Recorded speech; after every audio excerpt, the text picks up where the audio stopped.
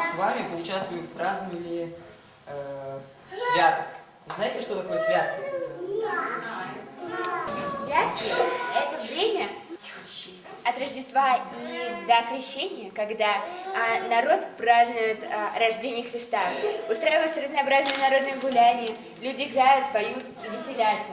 В том числе калядуют. Вы знаете, что такое колядка? Это такие песенки, где славят родившегося Христа. У него день рождения, и мы празднуем этот день. Понятно?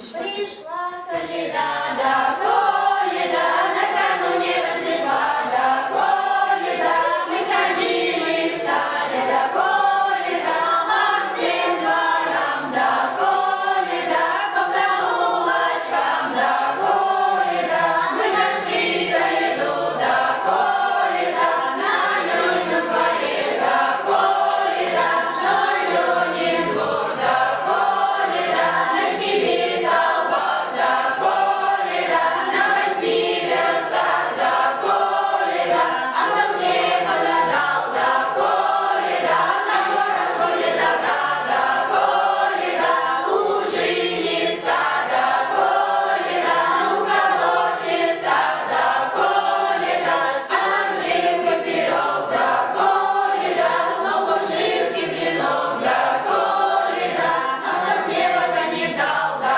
коляда, того разбудит вода, да коляда, не лужиниста, да коляда, не у колодеста, да коляда, самерки пирог, да коляда, с полумерки блинов, да коляда, хозяин с хозяюшкой, да коляда, поворачивайся, да коляда, с нами с красным девушкам, да коляда.